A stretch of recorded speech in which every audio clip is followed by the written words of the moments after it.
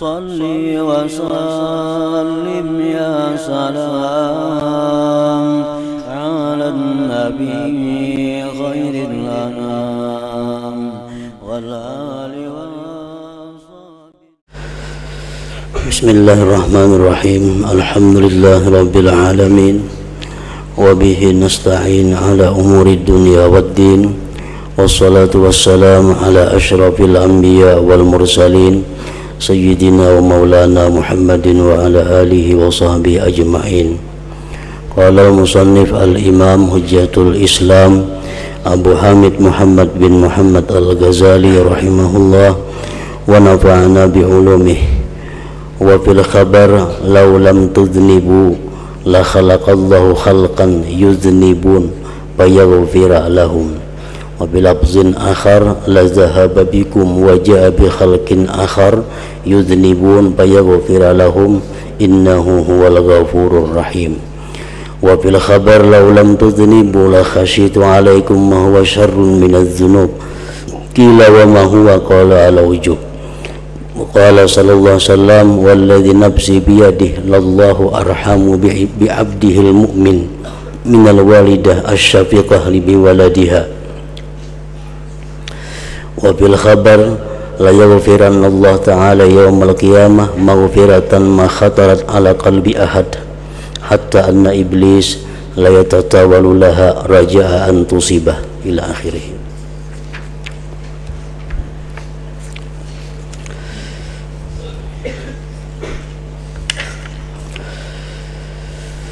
Dan di dalam hadis Rasulullah sallallahu alaihi wasallam disebutkan law lam tudhnibu la khalaqallahu khalqan yudhnibun fayaghfira lahum. Artinya, jikalau kalian tidak berbuat dosa, artinya saduniaan ini orang kadada yang berbuat dosanya, semuaan taat kepada Allah, semuaan patuh kepada Allah, kadada yang melakukan dosa. Niscaya Allah menciptakan makhluk lain yang berbuat dosa, lalu Allah mengampuni mereka. Dan pada lafaz yang lain la zahaba bikum wa ja'a bi khalqin akhar yudhnibun fayaghfira lahum innahu huwal ghafurur rahim. Artinya, niscaya dia menghilangkan kalian dan dia datangkan makhluk yang lain yang berbuat dosa, lalu dia mengampuni mereka. Sesungguhnya dia Allah Maha Pengampun dan Maha Penyayang. Sebab datangnya hadis ini adalah para sahabat mengadu kepada Rasulullah sallallahu alaihi wasallam tentang bagaimana sulitnya mereka menghindar dari dosa. Inna nusiba dzamban ya Rasulullah, kami ini ya Rasulullah melakukan dosa. Nah, lalu ujar Nabi, andai kata kalian ini kada punya dosa, niscaya kalian semua akan dimatikan oleh Allah, kemudian Allah mengganti dengan manusia lain yang berbuat dosa, maka Allah mengampuni bagi mereka itu. Nah, karena apa?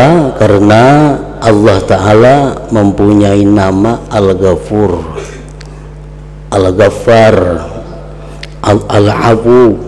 Allah mempunyai nama Maha Pengampun. Allah mempunyai nama Maha Pemaaf.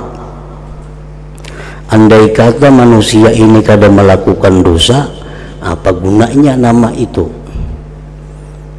Sedangkan nama itu adalah menuntut satu sifat, dan sifat itu menuntut satu perbuatan.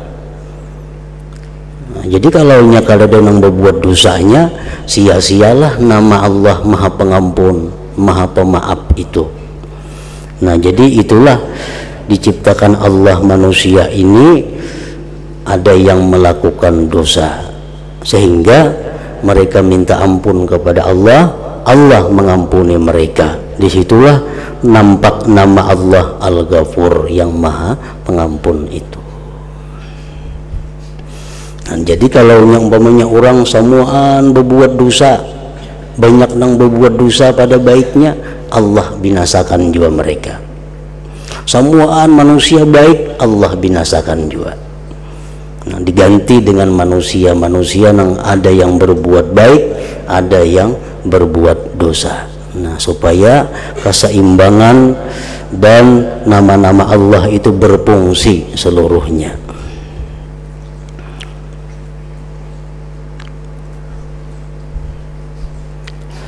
Dan dalam sebuah hadis Rasulullah sallallahu alaihi wasallam bersabda, "Lau lam tudnibu la khasyitu 'alaikum ma huwa syarrun minadz dzunub." Qila wa ma huwa? Qala al-ujbu. Artinya, jika kalian tidak berbuat dosa, taat semuaan, sungguh saya takut, ujar Nabi, sungguh saya takut atas kalian sesuatu yang lebih jahat daripada dosa itu. Lalu Nabi Shallallahu Alaihi Wasallam ditanya, apakah itu yang lebih jahat daripada dosa? Nabi Shallallahu Alaihi Wasallam bersabda, ujub. Ujub, ujub artinya merasa diri ini bersih, merasa diri ini takwa, tanpa ingat bahwa itu adalah anugerah Allah, tanpa ingat bahwa itu adalah hidayah dan taufik Allah. Nah, itu ujub itu lebih besar daripada perbuatan dosa. Makanya ada istilah bahwa orang yang berbuat taat kemudian dia ujub, itu lebih jahat daripada orang yang berbuat dosa kemudian dia merasa dirinya hina. Orang melakukan dosa lalu dia merasa dirinya kotor, dirinya ini hina di mata Allah. Itu lebih baik, lebih disayangi Allah daripada orang yang berbuat taat kepada Allah tapi merasa dirinya bersih, dirinya lupa kepada pemberian Allah, kemampuan yang diberikan Allah. Nah, jadi ujub ini lebih besar daripada dosa itu sendiri.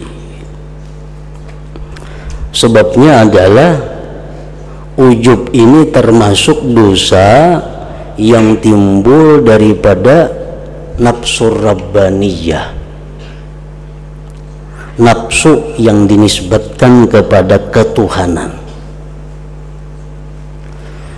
Nah, perbuatan maksiat itu ada yang timbul minan nafsil bahimiyah.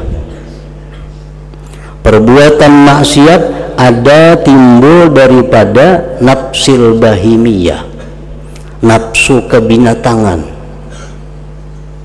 seperti memakan yang dilarang, meminum yang dilarang, seperti perzinahan, dan banyak lagi contoh-contohnya. Nah, ini satu maksiat tapi timbulnya itu dari nafsu kebinatangan, memakan yang haram, menyentuh yang haram, mengambil yang haram. Ini adalah nafsu kebinatangan, di situ timbulnya. Walaupun itu besar dosanya, zina besar, riba besar, tetapi lebih inting, lebih ringan dibanding dosa-dosa yang timbulnya dari nafsu rabbaniyah, nafsu ketuhanan, seperti kibir, sombong, termasuk ujub, dengki, hasad, hubbul madah, suka dipuji, man, menyebut-nyebut pemberian. Nah, itu adalah maksiat-maksiat yang datangnya dari nafsu rabbaniyah. Sehingga para ulama mengatakan al-kabair minan nafsil bahimiyah asgharu wa akhaffu minal kabair minan nafsir rabbaniyah. Dosa-dosa besar tapi dari nafsu kebinatangan itu lebih kecil, lebih inting daripada dosa-dosa besar yang timbulnya dari nafsu ketuhanan.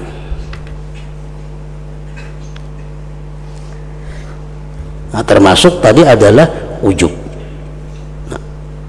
Bila kita merasa diri kita ini bersih, merasa diri kita ini paling baik, paling takwa, itu ujub.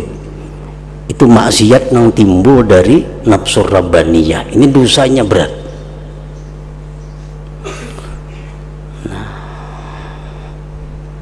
Nabi Isa alaihi salam berkata, kam min sirajin qad atfa'at hurrih wa kam min abidin qad afsadahul ujub.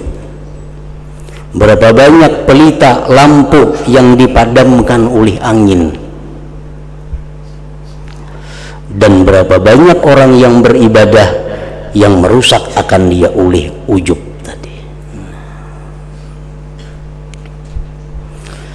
Allah Subhanahu wa ta'ala berfirman kepada Nabi kita sallallahu alaihi wasallam, ujar Tuhan lawan Nabi, qul lil qawi, hai Muhammad, katakan bagi orang yang kuat, katakan bagi orang yang gagah perkasa, la tu'jibannaka quwwatuk fa in a'jabatka quwwatuk fadfa'il maut an nafsik. Katakan hai Muhammad kepada orang yang kuat-kuat, janganlah kamu ujub dengan kekuatan itu. Jika kamu ujub dengan kekuatan itu, coba pangtulak kematian dari diri engkau. Kalau engkau tuh merasa kuat, paling kuat sudah, merasa bangga dengan kekuatan itu, coba tulak kematian ya Tuhan. Engkau menolak, engkau menolak itu ngarannya kuat. Nah, selama kita kada kau menolak datangnya kematian, itu kada kuat ngarannya. Qul lil alim la yu'jibannaka ilmuk fa in a'jabaka ilmuk fa akhbirni mata ajaluk. Katakan hai Muhammad kepada orang alim, jangan kalian ujub dengan ilmu engkau, merasa hebat karena punya ilmu. Jangan.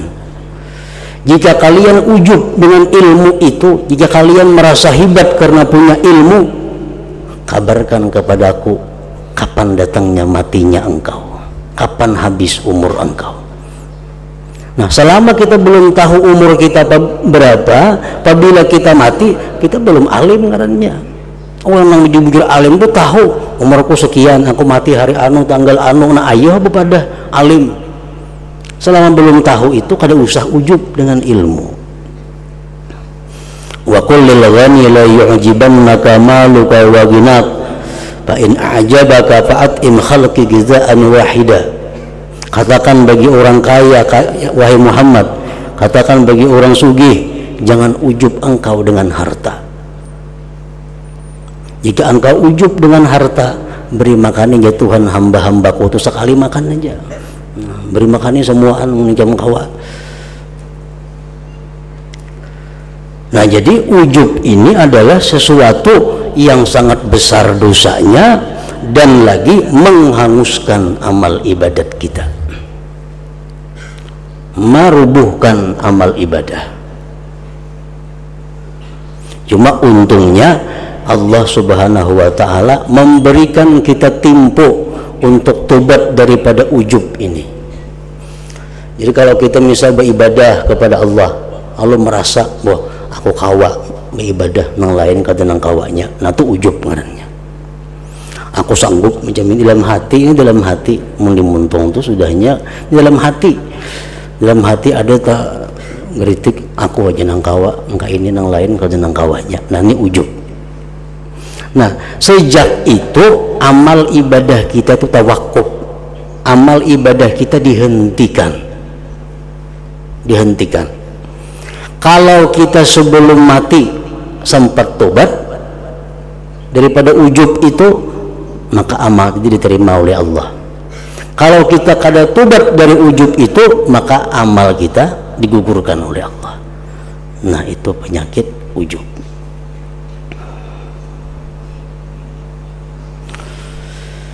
Nah, contoh lagi dosa yang sangat besar karena timbulnya dari nafsu rabbaniyah, al-kibir, kesombongan. Nah, yang berhak sombongnya Allah Ta'ala, karena dialah yang maha besar, maha agung, itu yang berhak sombong. Nah, kalau kita ini sombong, kita merabuti sifat Allah, dan ancamannya pun sangat berat. La yadkhulul jannata ahadun biqalbihi mithqalu dzarratin min kibir. Tidak masuk surga seseorang nang inya mati membawa ada seberat biji sesawi dari kesombongan. Artinya inya ada sombong, belum tobat, mati, karena bisa masuk surga walaupun seberat biji sesawi. Nah, berat kesombongan ini karena itu adalah timbulnya dari nafsu rabbaniyah.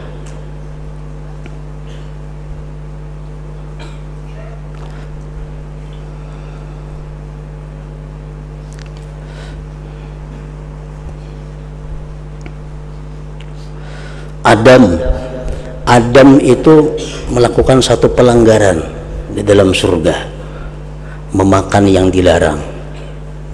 Nah, Adam ini memakan yang dilarang, satu pelanggaran undang-undang Allah, tetapi itu timbul dari nafsu bahimiyah. Nafsu bahimiyah, memakan yang kada boleh. Orang makan bidawang, tuh maksiat yang timbul dari nafsu bahimiyah.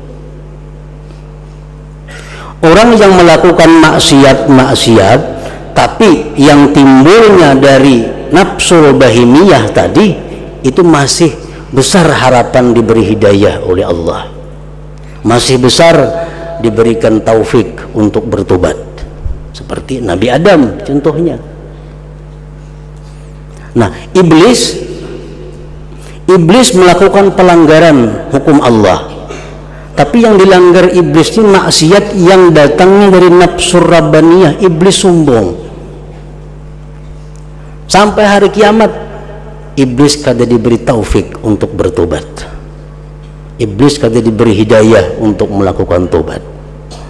Nah, jadi artinya bahwa maksiat-maksiat seperti sombong, suka dipuji orang, ujub, nah maksiat-maksiat seperti itu sulit untuk datangnya taufik dan hidayah dari Allah Subhanahu wa ta'ala, karena timbulnya itu dari nafsu rabbaniyah tadi. Nah, jadi banyak maksiat-maksiat yang kelihatannya pinagana, tapi sebenarnya kita lebih besar daripada inya maksiat kita. Kita melihat orang yang melakukan riba, asagana benar dosanya. Melihat orang yang melakukan perzinahan, asagana benar dosanya. Tapi dalam diri kita ada ujub, dalam diri kita ada sombong, lebih besar lagi sebenarnya dosanya daripada mereka-mereka itu. Mereka melakukan perzinahan, mereka melakukan riba, tapi mereka merasa dirinya hina di hadapan Allah. Mereka merasa kotor di hadapan Allah. Ada kita ini merasa diri kita bersih, merasa diri kita ini dekat dengan Allah. Nah, perasaan seperti itu adalah lebih jahat daripada apa yang mereka lakukan. Makanya Nabi SAW bersabda, laulam tudhnibu la khashitu alaikum ma huwa syarrun minaz dzunub qila wa ma huwa qala al ujbu. Jikalau kalian tidak berbuat dosa, sungguh saya takut atas kalian sesuatu yang lebih jahat daripada dosa. Lalu Nabi SAW ditanya, apakah itu yang lebih jahat? Nabi SAW bersabda, ujub. Nah, jadi dosa itu sebenarnya adalah rahmat bagi manusia kalau mereka mengetahui, menyadari. Orang yang selalu taat, selalu baik, nah ini bisa lupa diri kena, bisa lupa diri. Tapi begitu melakukan satu dosa, sadar, oh aku kada bisa menghindar daripada dosa, ternyata diriku ini lemah, ternyata diriku ini adalah hina juga, buktinya aku mau melakukan dosa. Nah, perasaan seperti itu sangat berharga, sangat tinggi nilainya di sisi Allah Subhanahu wa Ta'ala. Jadi rahmat itu, dosa itu sebenarnya adalah kebaikan, untuk menghindarkan diri kita daripada perasaan selalu bersih, selalu suci tadi.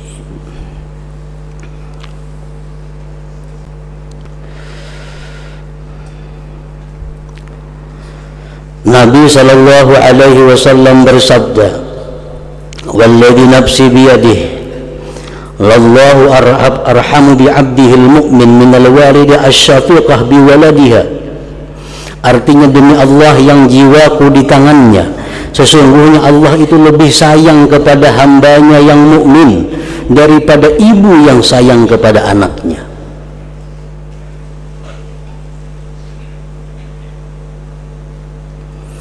Ada seorang perempuan ditawan. Begitu ditawan, didatangkan anaknya yang masih halus. Lalu ibu itu keluar dan menyusui, menimang, memeluk anaknya yang masih halus itu.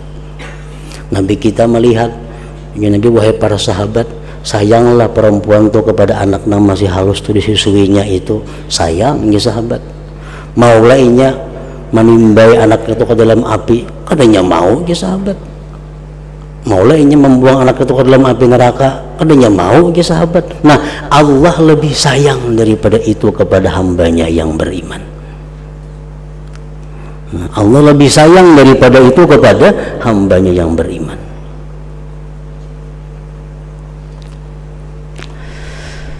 Dan diterangkan pada hadis, wa yaghfirannallahu ta'ala yaumal qiyamah maghfiratan ma khatarat ala qalbi ahad hatta inna iblis la yatatawalu laha raja'a an tusibah. Artinya, sesungguhnya Allah Ta'ala pada hari kiamat akan mengampuni hamba-hambanya yang beriman tentunya. Namun yang kafir itu sudah di luar itu. Mengampuni dengan ampunan yang tidak terlintas di hati seseorang. Orang tuh menyangka dia diampuni Allah, ternyata diampuni Allah. Bah, aku ini kan neraka juga mati, ternyata ada ke surga sekalinya. Nah, sehingga iblis yang menyombongkan diri atas ampunan itu, iblis pun berharap dapat ampunan itu.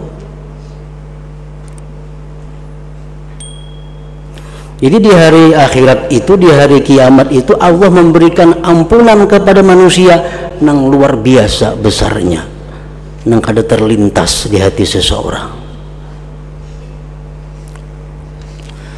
Rasulullah SAW pernah bersabda, "Wa'adani Rabbi ayyadkhulal jannah min ummati sab'ina alfan bighairi hisab." Ujar Nabi kita, Allah telah berjanji kepadaku, Tuhan menjanjikan aku bahwa umatku ini masuk surga nang langsung itu, nang kada melalui hisab, kada melalui neraka, langsung ke surga. 70.000 umat Nabi. Lalu ujar sahabat, umat dikitnya wahai Rasul, 70.000 siapa? Umat Nabi kita sampai hari kiamat berapa miliar? Berarti yang lain-lain itu kan masuk surga, neraka dahulu singgahnya. Lalu ujar Nabi menambahkan, ma'akuli alpin sab'una alfa, setiap 1.000 orang nang 70.000 itu bisa memberikan syafaat, bisa membawai kepada 70.000 orang lagi. La hisab alaihim wala azab, tanpa hisab, tanpa azab. Masih kurang wahai Rasulullah, berapa ada?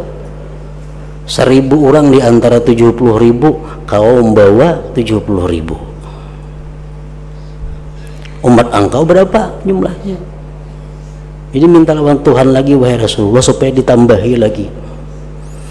Nah, lalu ujar Nabi kita, wa salasa hasayatin min hasayati Rabbi, ditambah lagi 3 kautan dari kautan Tuhan. Nabi kita mencontohkan kautan itu macam ini. Nah, Cuma kautan Tuhan maha suci daripada yang macam ini. Cuma contohnya, jadi kaut, nah timbul ke surga langsung berisa. 3 kautan. Jadi ujar Umar, wahai Rasulullah, sakautan gini habis semuanya itu Tuhan mengaut. Nah, ujar Nabi apa? Sadaqah Umar, bujur itu Umar. Nah, ini 3 kautan dikaut Tuhan umat Nabi kita.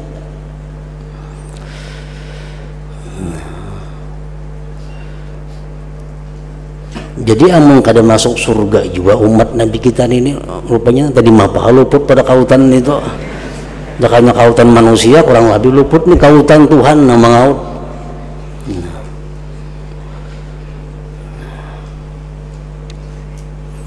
Nah itulah rahmat Allah, ampunan Allah yang diberikan kepada umat Nabi kita.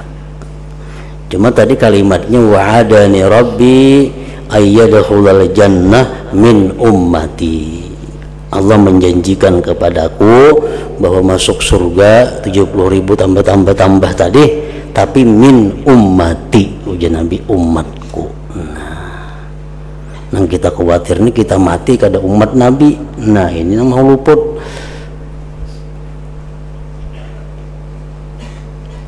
Maka banyak benar perkara-perkara, banyak benar gawian-gawian yang bila kita perbuat itu membahayakan kita bisa keluar daripada umat Nabi. Nah, pokoknya kalau kita mati masih dalam keadaan umat Nabi Muhammad, itu besar harapan kita selamat.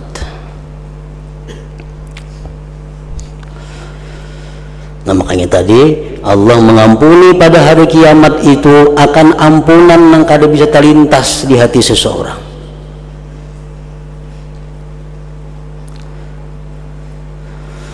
Dan di dalam sebuah hadis, inna lillahi ta'ala mi'ata rahmatin iddakhara minha indahu tis'an wa tis'ina rahmah wa azhara minha fid dunya rahmatan wahidah fiha yatarahamul khalqu fatahinnul waridatu ala waladiha wa ta'tiful bahimatu ala waladiha fa idza kana yaumul qiyamah damma hadhihi rahmata ila tis'i wa tis'in thumma basataha ala jami'i khalqi wa kullu rahmatin minha tibaqus samawati wal ard qala fala yahliku ala Allah yawma idzin illa halik. Artinya sesungguhnya Allah Ta'ala mempunyai 100 rahmat. Dia simpan 99 rahmat daripada sisinya, belum dipakai lagi 99, masih utuh. Dan ditampakkannya 1 rahmat itu daripadanya di dunia, yang dengan 1 rahmat itu para makhluk saling menyayangi. Ibu merasa sayang terhadap anaknya dan binatang pun merasa sayang kepada anaknya. Hanya sebuting yang dikirim kepada manusia, kepada makhluk Allah di dalam dunia ini, hanya sebuting rahmat. Nah, kayak apa sayangnya mama lawan kita, kayak apa sayangnya binatang kepada anaknya, padahal yang dibagi cuma itu sebuting aja. Maka apabila terjadi hari kiamat, maka dikumpulkan rahmat yang 1 itu kepada yang 99, kemudian dibentangkannya kepada semua makhluknya, dan setiap 1 rahmat daripadanya lapisannya sepenuh langit dan bumi. Jadi rahmat Allah itu 100 pol digunakan Allah hari kiamat kepada orang-orang yang beriman kepada Allah. Nabi SAW melanjutkan sabdanya, maka tidak binasa atas Allah pada hari itu kecuali orang yang binasa. Menyakan neraka juga saya bujur-bujur binasa orang itu. Disebutkan di dalam satu hikayat, salah seorang aulia Allah yang bernama Abu Ayyub As-Sikhtiyani. Abu Ayyub As-Sikhtiyani ini beliau berjalan bersama anak buahnya, murid-muridnya. Lalu suatu hari ada lewat jenazah, yang dikenal sebagai orang yang jahat, sebagai orang fasik. Lalu Abu Ayyub As-Sikhtiyani ini masuk ke rumah, anak buahnya pun hilangan. Kadang mau umpat mengantar jenazah tadi, kadang mau umpat menyembahyangkan jenazah tadi. Karena itu jenazah orang Pasik dikenal, terkenal sudah. Nah, disembahyangkanlah jenazah tadi seadanya, karena ini si wali, ini si ulama, ini kadang mau umpat nyembahyangkan, murid-muridnya kadang mau juga, tinggal orang-orang biasa yang menyembahyangkan. Nah, begitu disembahyangkan, dikubur, ada salah seorang aulia lain yang bermimpi bertemu dengan si Pasik tadi. Nah, wahai pulang, kayak apa engkau di dalam kubur? Bagaimana roh engkau menghadap Allah?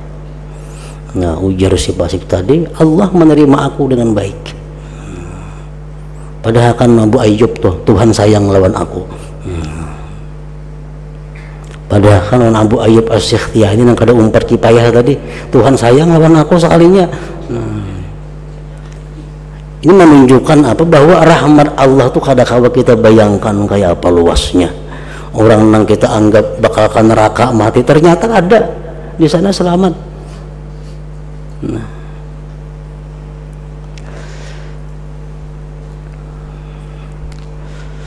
Nah, karena pada hari kiamat tadi 100 rahmat Allah berfungsi semua.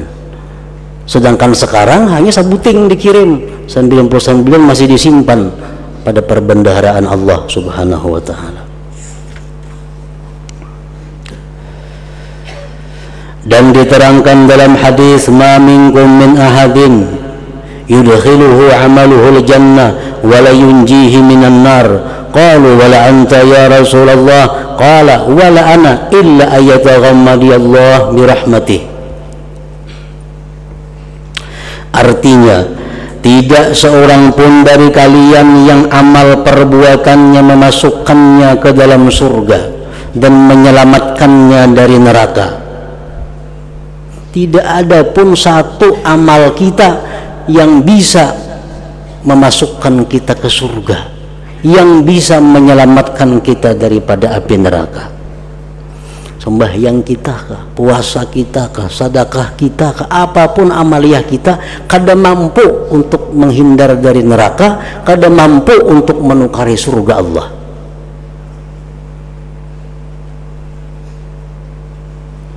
Lalu para sahabat bertanya, tidak juga engkau wahai Rasulullah piantang kada jual? Nabi SAW bersabda, dan tidak juga aku, hanya saja Allah telah meliputiku dengan rahmatnya. Ibnu Mas'ud radhiyallahu anhu berkata, kita bisa selamat di titian Siratal Mustaqim itu bukan dengan amal kita kada kawa menyelamatkan kita di titian Siratal Mustaqim. Jadi kita bisa selamat di titian Siratal Mustaqim itu bi'afwillah, dengan kemaafan Allah. Dengan kemaafan Allah kita selamat. Kayak apa aja banyaknya ibadah kita, kalau Allah kada memaafi dosa kita, kita gugur di situ. Kita gugur. Karena setiap perbuatan dosa, satu dosa itu berhak untuk dihukum, untuk masuk neraka. Jadi kalau kita selamat dari titian itu jatuh, selamat, itu karena kemaafan Allah, bukan karena amal ibadah kita. Nah, jadi berusahalah kita mencari kemaafan Allah itu dengan apa-apa caranya. Dan seseorang sesudah selamat dari situ kada akan bisa masuk surga tanpa rahmat Allah. Nah, carilah rahmat Allah itu. Makanya kalau kita merasa banyak beribadah, merasa kita banyak beramal itu karena kalau diandalkan. Kalau amal kita ini apa gunanya? Kita sembahyang, kita itu, kita ini. Ujar Ibnu Mas'ud mengatakan, amal ibadah yang kita lakukan ini adalah hanya untuk menempati fasilitas-fasilitas surga. Nah, itu aja. Nah, orang banyak beramal, banyak bisa gedung di surga. Yang sedikit amalnya, sedikit bidak di surga diulahkan Tuhan. Nah, jadi amal kita hanya untuk fasilitas surga itu. Kalau memasukkan ke surga, kada kawa amal kita. Nabi SAW bersabda, i'malu wa abashiru wa'alamu anna ahadan la yunjiyahu amaluhu. Artinya beramallah, ujar Nabi kita, bergembiralah dan ketahuilah bahwasanya tidak seseorang pun yang diselamatkan oleh amalnya. Nah, supaya apa? Supaya kita jangan berpegang dengan amal, jangan percaya diri dengan karena banyak beramal, dengan merasa rasa selamat karena banyak beribadah, karena itu kada kawan apa-apa. Dan Nabi SAW bersabda, inni ikhtaba'tu syafa'ati li ahli al-kaba'ir min ummati atarawna halil muti'in al-muttaqin bal hiya lil mutalawisin al-mukhallitin. Artinya sesungguhnya, ujar Nabi, aku sembunyikan, artinya aku simpan syafaatku bagi orang-orang yang berbuat dosa besar dari umatku. Apakah kalian menyangka syafaat itu bagi orang-orang yang taat, yang takwa saja? Tidak. Bahkan syafaat itu juga bagi orang-orang yang berlumuran dosa, yang mencampur adukkan perbuatan baik, perbuatan jahat. Rasulullah SAW bersabda, inni likulli nabiyyin da'watun mustajabah yad'u biha fayustajabu lahu fayu'taha wa inni ikhtaba'tu da'wati syafa'atan li ummati yaumal qiyamah. Ujar Nabi kita, tiap-tiap nabi itu diberi Allah doa mustajab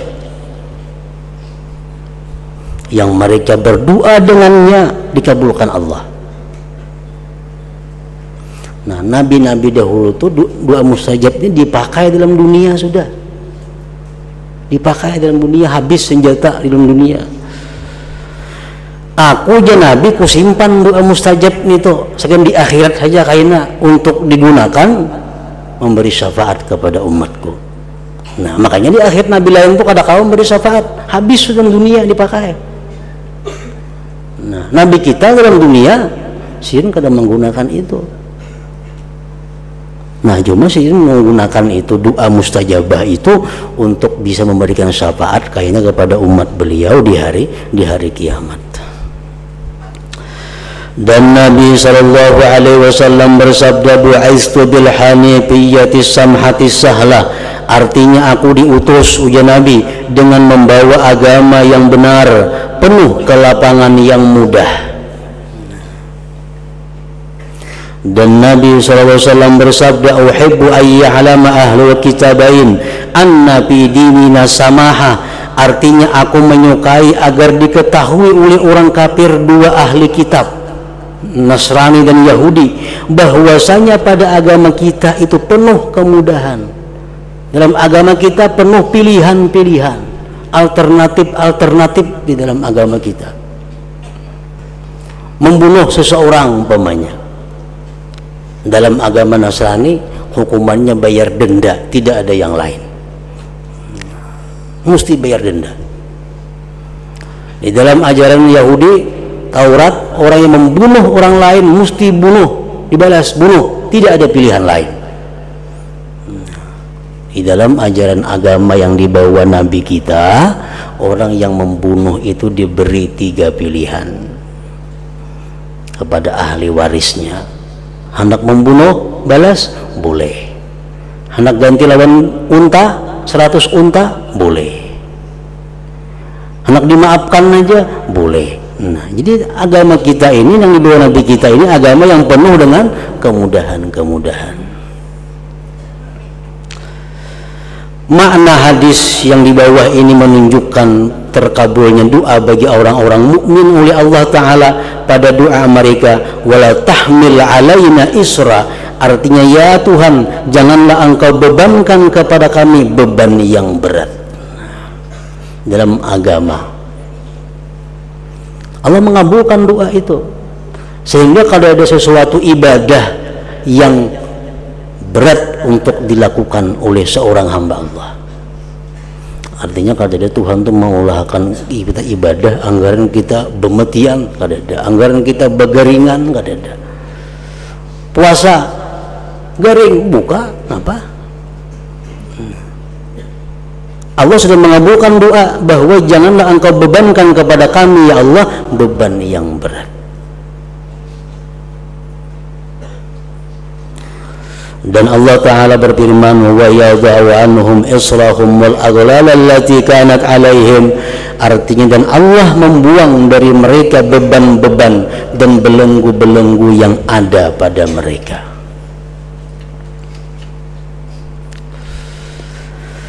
Diriwayatkan oleh Muhammad ibn al-Hanafiyah dari Imam Ali radhiyallahu anhuma bahwa ketika turun firman Allah fasfahi sabhal jamil, artinya maka maafkanlah mereka dengan cara yang paling baik.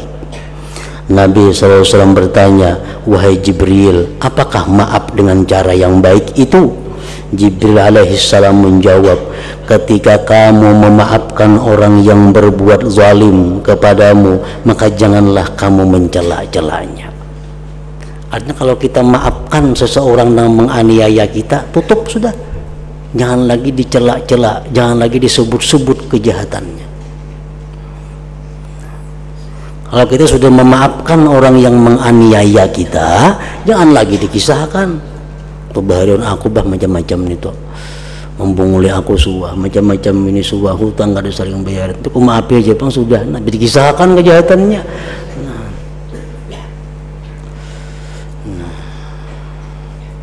Fasfahi sabhal jamil, maafkanlah dengan cara yang baik. Nah, jadi memaafkan tapi kadang mencela, memaafkan dan kadang mencela lagi. Nah, maka menangislah Jibril dan menangislah Nabi SAW. Sesungguhnya menangislah Nabi SAW, maka Allah Ta'ala mengutus malaikat Mikail kepada keduanya. Mikail berkata, sesungguhnya Tuhan kalian menyampaikan salam kepada kalian berdua dan berfirman, bagaimana aku mencela orang yang aku memaafkan.